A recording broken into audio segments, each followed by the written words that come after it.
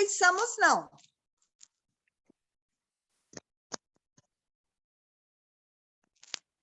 Isso.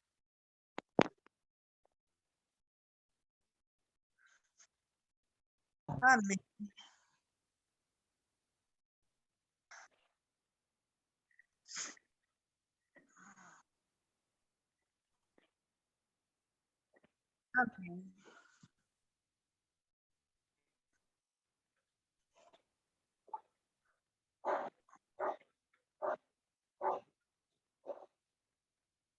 Amém. Amém. Amém.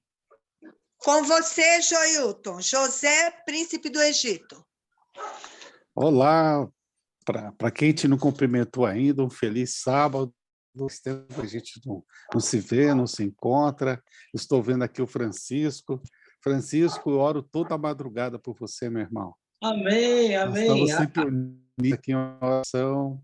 Espero que também esteja orando por nós. Estamos sim. Tá bom? Todas as noites e todas as manhãs, eu oro por todos os irmãos, amigos da igreja, comunidade, família, todos os enfermos, os países em guerra, os dirigentes do nosso país. Eu oro por todos. Amém, Amém. amém. Deus seja louvado. Está aqui também a Cláudia Zanorte, ainda dirigindo, né, e ouvindo a lição. Poxa, essa aí não para um minuto, né? 220. Né? É 320, Joilton. 320, né? É isso aí. A irmã Antônia, professora. Irmã Antônia, como vai a senhora? Tudo bem? Eu vi a sua netinha, fiquei apaixonado, viu? Que netinha linda, que criança maravilhosa, viu? Deus seja louvado. Muito obrigada. Ok. Eu estou gostando que o irmão vai participar conosco desse bate-papo da Escola Sabatina.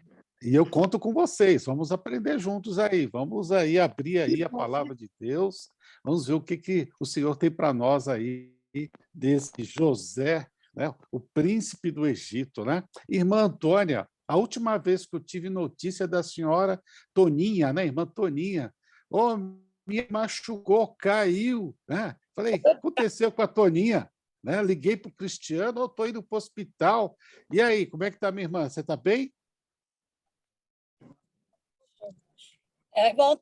Tem duas Antônias, não sei qual é. É a Antônia Rangel. Rangel. Quando ele fala Toninha, é porque é Antônia Rangel. Oi, amado, boa noite. Prazer te ver, menino. E você está bem? Muito bom, viu? É que eu estou no carro. Eu estou no carro de Guarulhos. Tá certo. Mas tá bem, tá tranquila.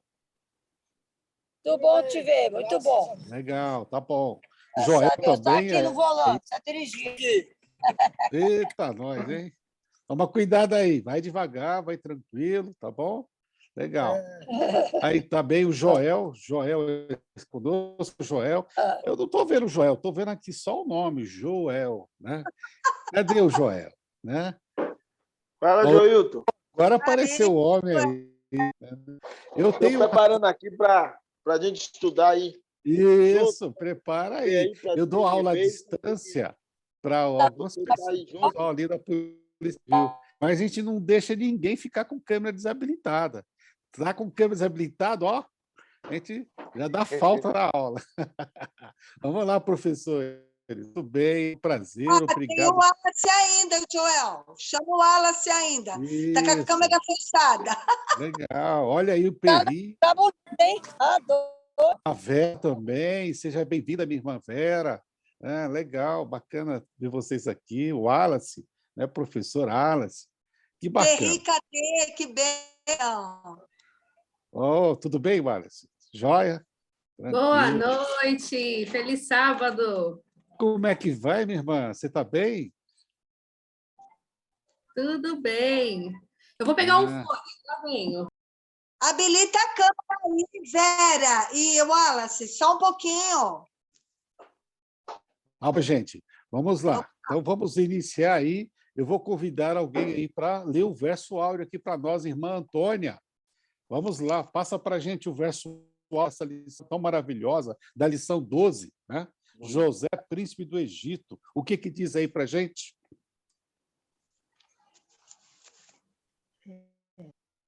Irmã Toninha, abre o áudio.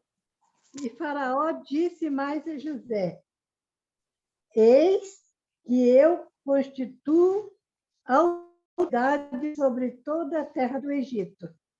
Gênesis 41, 41. Isso, Amém. obrigado, minha irmã.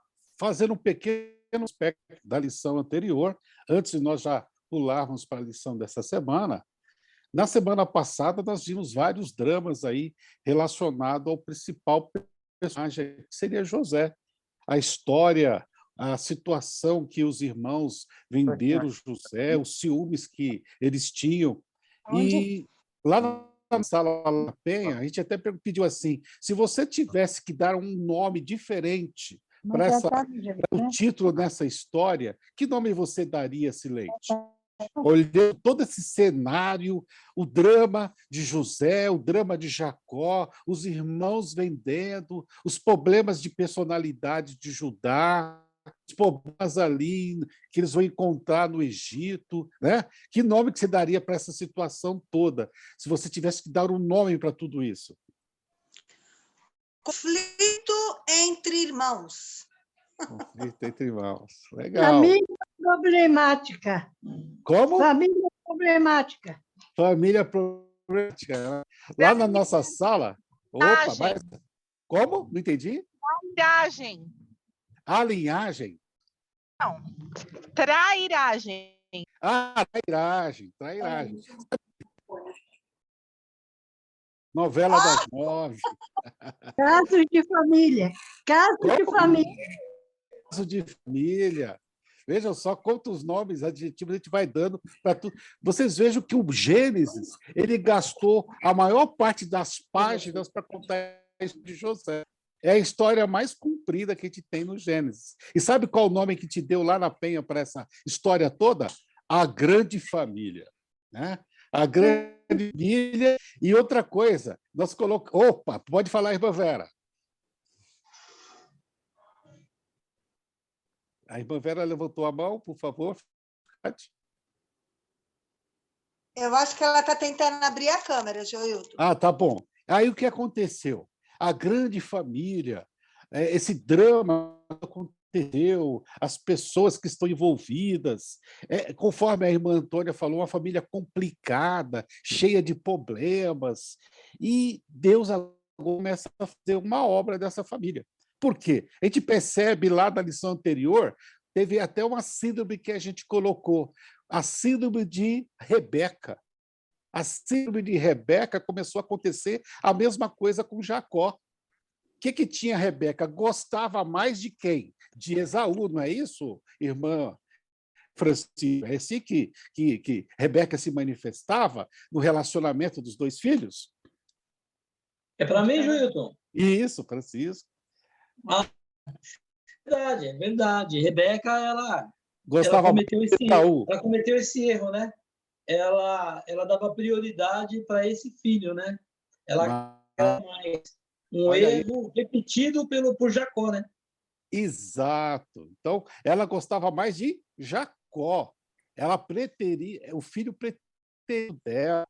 Né? Ela tinha um carinho muito especial por Jacó, e a coisa começou a acontecer também com Jacó. Quando ele perdeu, Rebeca, a esposa morreu, ele tinha ali Benjamim e tinha Jacó, mas ele tinha toda uma atenção especial por José, ao fazer a túnica lá, ao ensiná-lo de uma maneira diferenciada, a colocar ele sobre os seus irmãos. E aí, aquele descontentamento, irmãos chateados, né?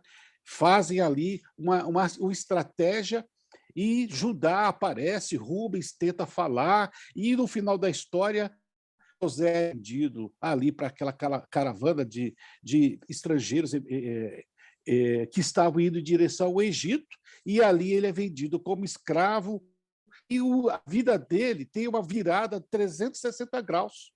Deixou de ser o filho querido para ser escravo na casa de Potifar, aí já de uma forma resumida. Agora, antes disso, ele tinha colocado algumas coisas que tinham trazido ciúmes para os irmãos deles. A primeira grande coisa foi o quê? Joel, ele teve 2 sonhos. O primeiro sonho que ele teve e que ele declarou para os seus irmãos foi qual, Joel? Boa noite a todos. Tudo bem com vocês? Boa noite. Qual foi o primeiro sonho? O primeiro sonho que José sonhou que os seus irmãos iam se ajoelhar aos pés dele. E o próprio pai também. Mas antes desse sonho, ele viu o quê? Vários feixes. Né? Isso, vários. Esse foi o primeiro sonho.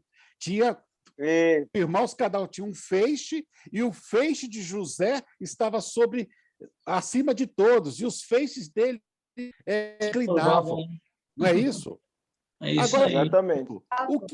Por que foi apresentado o feixe, Sileide? O que representavam esses feixes? Os feixes eram feixes de trigo, né? Isso. Por que Deus usou essa alegoria no sonho e colocou os feixes? Cada irmão não podia simplesmente se encurvar, porque na frente dele tinha um feixe e não só o irmão se curvava. Por que Deus usou esse simbolismo? O que você acha? Eu faço foi como eu entendi. Se eu estiver errada, me corrijam. Eu acho que foi um link que Deus fez para o que aconteceria lá no Egito, né? O trigo simbolizava o quê? Alimento, né? E é como se Deus estivesse mostrando o que iria acontecer lá na frente, quando os irmãos foram lá buscar alimento, tiveram que se curvar diante de José, né? Exatamente. Perfeito, minha irmã. Dependência econômica. Eles se curvaram por uma dependência econômica alimentar. Eles iam depender de José para se alimentar, para poder comer.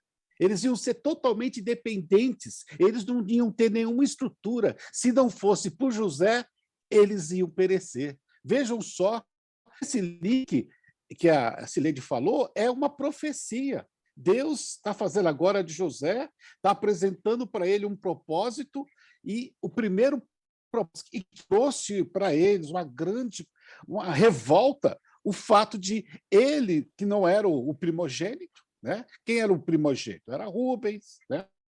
E o que acontecia? Eles achavam que aquilo tudo era muito injusto. Aí depois teve o segundo sonho, né, Francisco? Qual foi o segundo sonho? O segundo seria os irmãos, né? Os irmãos se curvando, né? O sol, a lua e as estrelas. Não é isso? Pois é.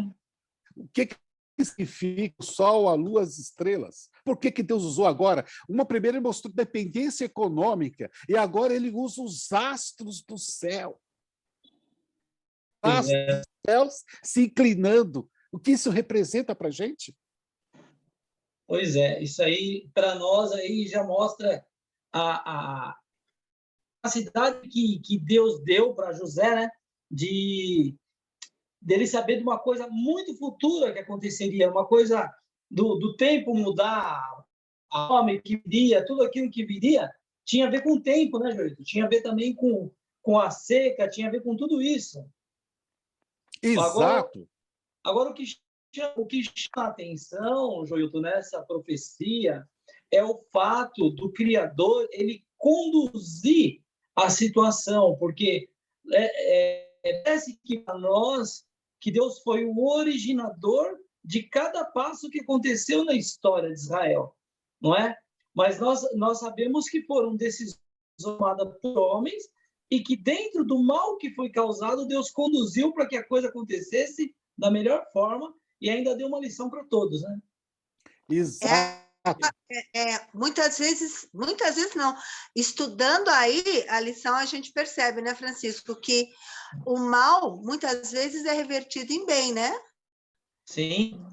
Dentro daqueles que procuram fazer a vontade de Deus, né? Claro. Muito bem. Fala, Elias. O Elias.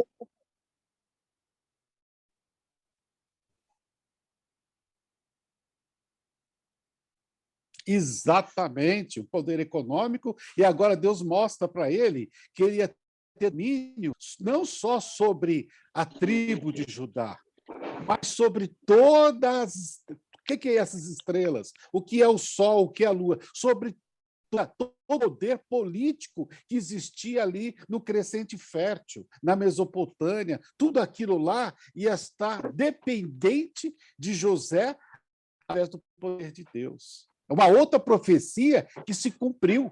Todas as nações que estavam ali no Crescente Fértil precisavam ir ao Egito para poder ter o alimento. Eles perceberam que nenhum Deus de nenhuma das nações tinha poder para dar comida. O Egito percebeu que que todos os seus deuses e outros mais, nenhum deles tinha poder para dar comida, somente o Deus de José.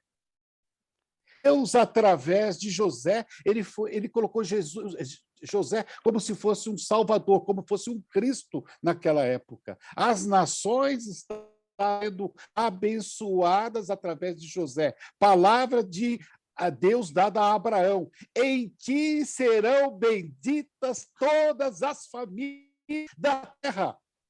Naquele momento, as famílias estavam sendo abençoadas, recebendo alimento quando iam até o Egito.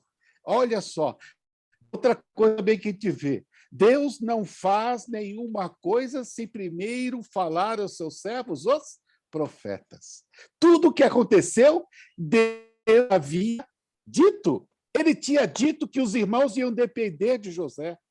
Ele tinha dito que as nações, que o pai de José, a família de José, as nações iam se inclinar diante da liderança que Deus ia colocar em José. Vejam só, Deus não faz nenhuma coisa sem primeiro falar aos seus servos. No caso aí, o profeta, quem era? Era José. Que coisa maravilhosa. Né? Pode falar, Elias.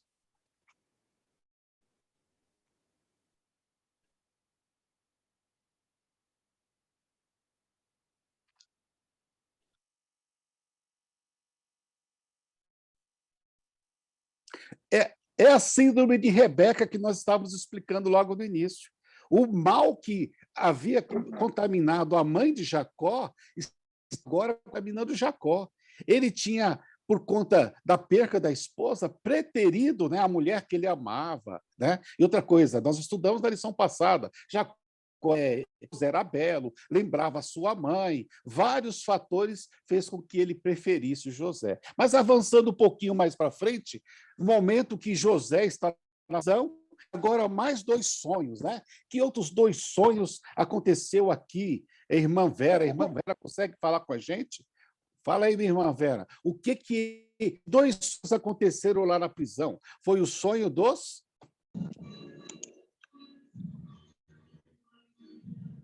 Acho que a irmã está com dificuldade no microfone. Antônia, o que aconteceu lá na prisão? Que sonhos José conseguiu interpretar lá na prisão?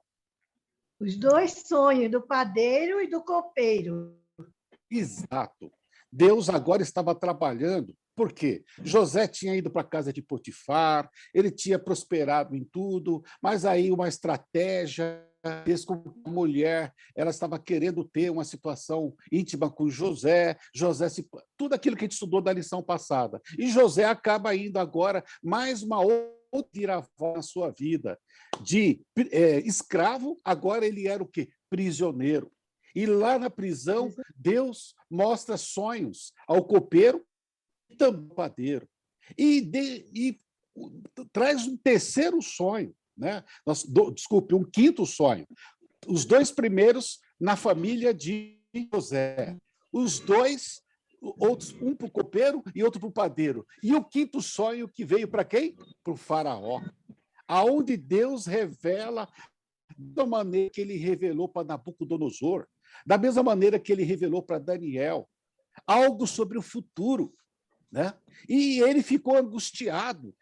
Ele sabia que aquilo era muito importante. Na época da Mesopotâmia, dos caldeus, do Egito, o sonho era algo tremendo. Eles acreditavam demais nos sonhos.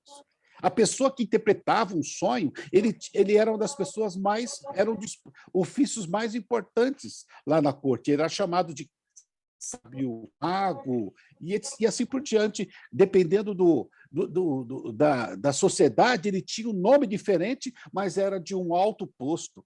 E então, a ação de José é chamado para a corte, e naquele momento que Deus revela, quando o faraó conta o sonho, explica tudo que aconteceu, o que José deixa claro para o faraó? O que você tem a comentar sobre isso, Joel? O que José deixa claro no momento que revela o sonho para o faraó?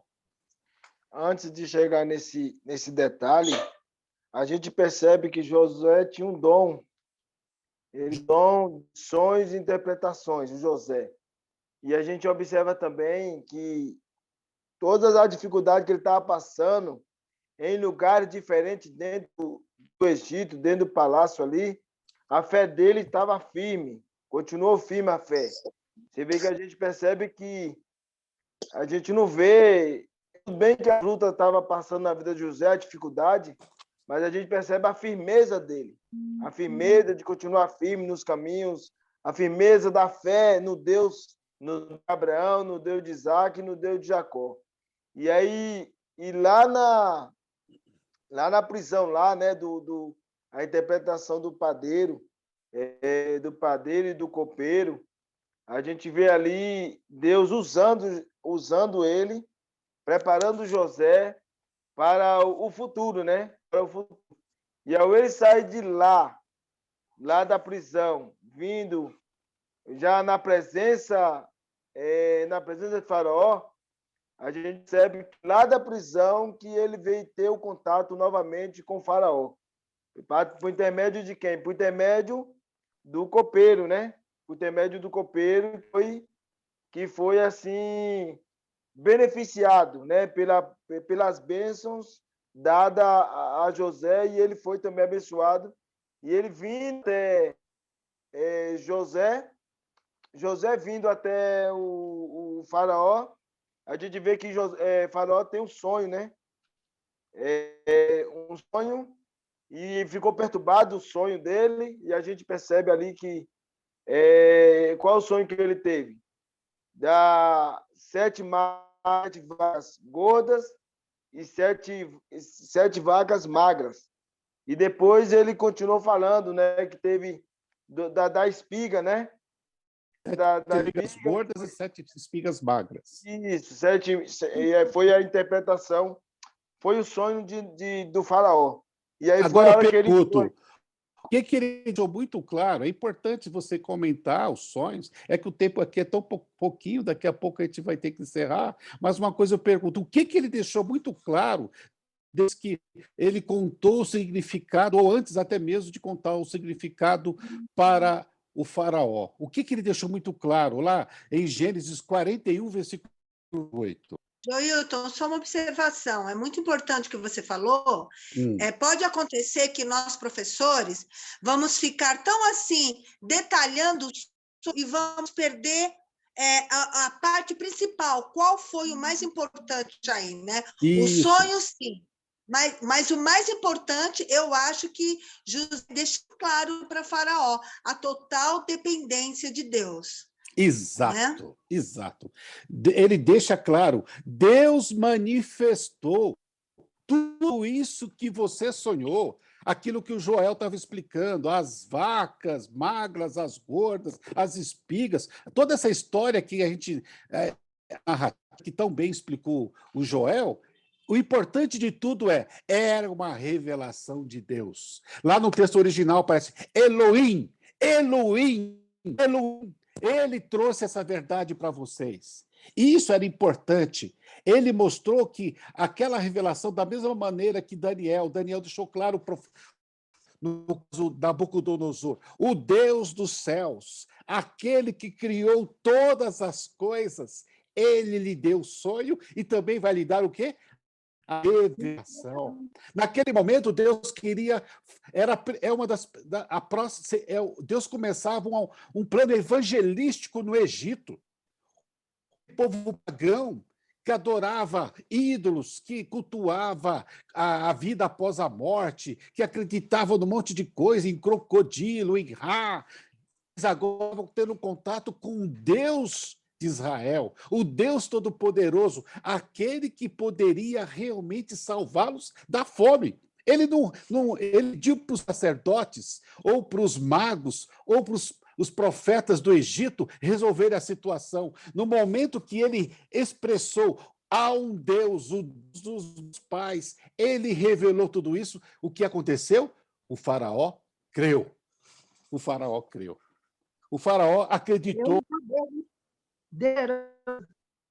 Pode falar, minha irmã. O Deus que é futuro, o Deus que tem a interpretação do sonho e também a solução para o problema. Exatamente. Deus verdadeiro. Perfeito. Pode falar, Elias.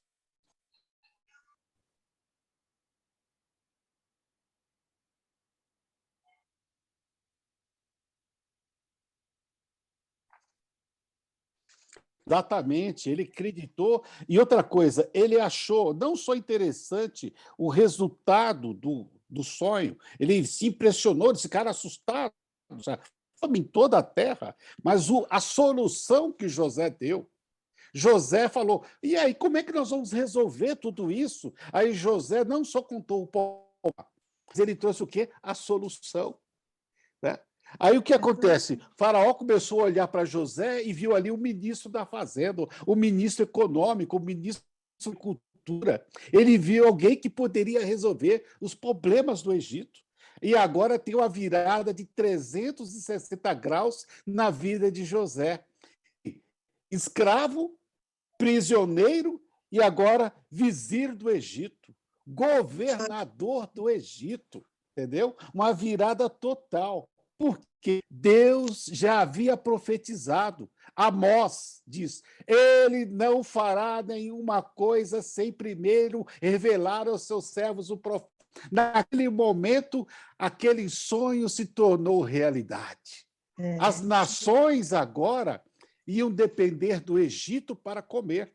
E que papel Deus ia fazer no sonho do faraó? O que Deus ia fazer agora nesse projeto econômico que José havia lançado para o faraó? Qual era o papel de Deus nisso? Quem poderia falar para a gente aí? Ô, Joilton. Oi. Eu acredito que nós devemos ser os Josés hoje, né? Durante toda essa lição que nós estamos aprendendo, José foi colocado em situações tão difíceis e em momento nenhum ele blasfemou contra Deus, né? Sempre ele fazia o melhor, ele não fazia nada de forma medíocre. Medíocre é assim, quando você pega, vou fazer de jeito, porque eu estou aqui na condição de escravo. Não, ele procurava fazer o melhor, e Deus foi honrando ele em tudo. E eu acredito que o propósito de Deus, a vida de José, era mostrar o Deus único e verdadeiro para as outras nações. E eu acredito que ele conseguiu fazer isso. Muito bem. Tudo que ele vinha à mão, ele fazia da melhor maneira. Só que tem um detalhe, Deus teve um outro papel nessa história. As colheitas do crescente fértil eram grandes, mas nunca foram quanto a mão de José. A própria Bíblia fala que a colheita era como areia. As coisas se multiplicavam, o trigo, tudo se multiplicava nas mãos de José. As pessoas ficavam impressionadas. Chegaram um momento que eles não tinham mais como contar a quantidade de alimento, de trigo levados para os celeiros. Deus entrou com o papel dele, ele entrou com a multiplicação. José recebeu, muitas vezes a gente não tem ideia do cargo de José. Imagine, por exemplo, o Egito era a maior nação naquela região, era mais poderosa, como nos dias de hoje seria os Estados Unidos da América. Os exércitos mais poderosos, né? Eles tinham ali o Alto Egito e o Baixo Egito, e José agora, ele era a pessoa, abaixo do faraó, o mais importante. O mais importante. Vejam só o poder que Deus colocou na mão de José. Primeiro ele moldou, primeiro cuidou do seu caráter, a mesma coisa que ele fez com Moisés, ali no deserto. Ele moldou Moisés na escola do deserto para que ele pudesse estar preparado para liderar o povo dele por 40 anos. Ele moldou José na casa de Potifar. Ele moldou José na prisão. Quantos anos ele para moldar José? Vocês se lembram quantos anos foram? 13 anos, gente. Desde que ele saiu prisioneiro, vendido pelos irmãos, 13 anos. E agora ele está ali cuidando dos alimentos, toda a terra vinha ali na direção. Jacó, que a fome bateu ali no estômago, e ele manda os seus irmãos, com exceção de Benjamim, vão, pegue aí dinheiro, pegue prata e vão buscar alimento. E aqueles irmãos começam a fazer a mesma jornada que José havia feito para chegar no Egito. E o Espírito de Deus agora começa a fazer o seguinte, que a irmã Antônia falou, começou a trabalhar na grande família, essa família bagunçada, cheio de erros, cheio de problemas com Jacó, problemas com Judá, problemas com José. Ele começou a trabalhar. E é isso que o Espírito Santo faz na vida da gente. As provações vêm na nossa vida para nos moldar, para nos aperfeiçoar. E aí chega lá, e uma outra profecia se cumpre. Os irmãos, os 10 irmãos, diante de José, se encostam até o chão, colocam a sua encosto na terra. E logo quando José viu aqueles 10 homens lá vindo, e reconheceu os seus irmãos. Lembrou do sonho. O sonho. Ele lembrou dos feixes. Naquele momento estava se cumprindo qual profecia, irmã? Dos feixes. A dependência econômica. Eles vieram, se ajoelharam, inclinaram até a terra, porque eles estavam com fome. Eles não tinham o que comer. Feixes deles não valiam mais nada. Só o feixe de José era o maior. E eles se inclinaram diante do feixe de José, porque estavam com fome. Deus cumprindo novamente a sua promessa na vida de José. Lembre-se, em Amós, Deus não faz nenhuma coisa sem revelar primeiro os seus servos profetas. E ali se cumpriu mais uma profecia, e o desenrolar daquilo. Né? Ele começa a... Vocês são espiões, toda aquela estratégia, aquela conspiração. José, ele se assustou. Poxa, 13 anos que ele não viu seus irmãos, e agora eles estavam ali de joelhos, rosto em terra. Ele lembrou do sonho, ele lembrou do que Deus tinha mostrado para ele, e agora ele queria saber. Ele tinha o faca, como se diz a Bíblia, o faca e o queijo na mão. Ele podia fazer uma vingança terrível contra os seus irmãos. Ele tinha poder, ele tinha autoridade, e ele tinha também razão, que eles fizeram uma tragédia na vida dele. Mas agora o que faz José? Ele começa a testar os seus irmãos. Primeiro, ele permite que eles voltem para casa, mas coloca nos seus sacos o dinheiro. Quando eles chegam lá, esse teste primeiro queria ver se seus irmãos eram honestos, se eles eram ladrões, se eles se conformar com aquele dinheiro, se eles não iam dizer que levaram dinheiro a mais. Faz aquela estratégia de trazer Benjamim, né? Benjamim, para que voltasse ali. E a gente vai contando resumidamente a história, porque o tempo já está acabando. O que acontece? Deus dá oportunidade, naquele momento, para que José percebesse que os seus irmãos, nesses 13 anos, eles também haviam sido moldados. Que a viagem de Canaã até o Egito, da situação de se sentirem como escravos, Deus começa a operar ali no coração de cada um. Aí, quando eles chegam novamente com Benjamim, eles fazem algo especial. Ele dá 5 vezes mais comida para Benjamim. Por quê, irmã Antônia? Porque ele deu 5 vezes mais comida para Benjamim em relação aos seus que estavam à mesa.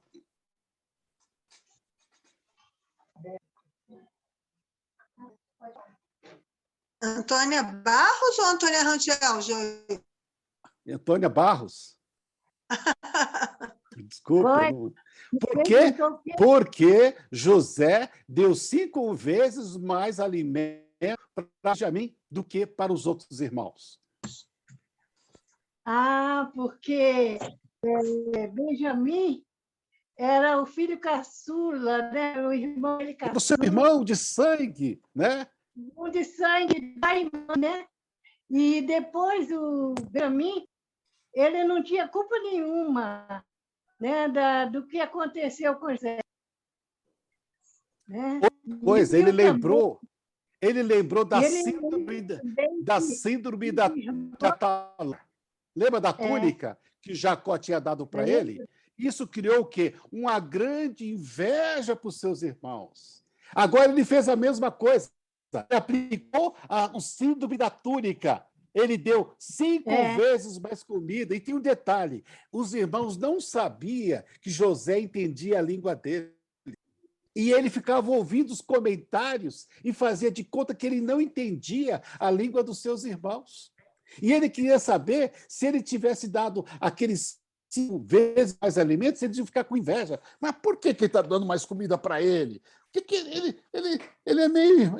por que ele pode comer mais? Ele é novo, ele nem precisa comer tanto. Ele fica ouvindo para ver se existiam essas mesmas reprovações que ele teve quando ele recebeu uma túnica especial de Jacó.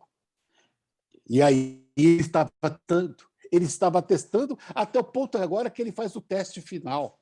Ele despede dos seus irmãos, devolve no saco de Benjamim o copo de adivinhação, aquele copo predileto que ele tinha, e também o dinheiro de volta. E agora ele queria saber qual seria a relação dele em relação a Benjamim. Ele quer testar os sentimentos dos seus irmãos. E quando os soldados vão lá e fazem a interceptação, e eles veem que não tem saída, o próprio Judá falou: se você achar isso em algum dos sacos, olha só a armadilha, que ele seja morto. Todos nós sejamos seus escravos. Vejam só que situação, irmão. Não é isso? E o que acontece?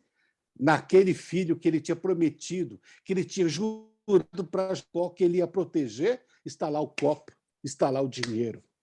E eles todos voltam na frente de José. E ali ele começa a fazer algo que impressionou José. Por quê? Ele começou a interceder por Benjamim. Ele começou a pedir que ele ficasse com o escravo no lugar dele. Ele começou a fazer o papel de Jesus na nossa vida. Ele começou a dizer que eu pague o preço, que eu pague a culpa. Ele é inocente. Naquele momento que ele vê Judá se intercedendo pelo seu irmão Benjamim, ele começa a não se aguentar. A emoção começou a estourar no seu coração, porque ele viu que os seus irmãos estavam transformados. Todos estavam ali pleiteando, angustiados por que poderia acontecer com Benjamim. Deus havia tido sucesso. O Espírito Santo havia moldado. A pedra havia sido... Diamantes estavam em todos os lugares. Naquele momento, Deus se revela através de José. Eu sou José. E os irmãos não entendiam de José. Eu sou José que vocês venderam para os ismaelitas. Aquele choque, aquele drama. O que pode acontecer? Que momento? Imagine você estar ali e poder assistir essa cena. Um momento de redenção, um momento de misericórdia, um momento de perdão. Irmãos, nosso tempo está acabando. Eu quero deixar uma coisa para dizer para vocês. Deus, anote bem o que eu vou dizer para vocês, tem uma das pequenas meditações, nossa mais alta vocação. Antes que qualquer provação, antes que qualquer dificuldade venha na sua vida, Deus mede e pesa. Deus mede e pesa toda aprovação antes que permita que venha ao crente.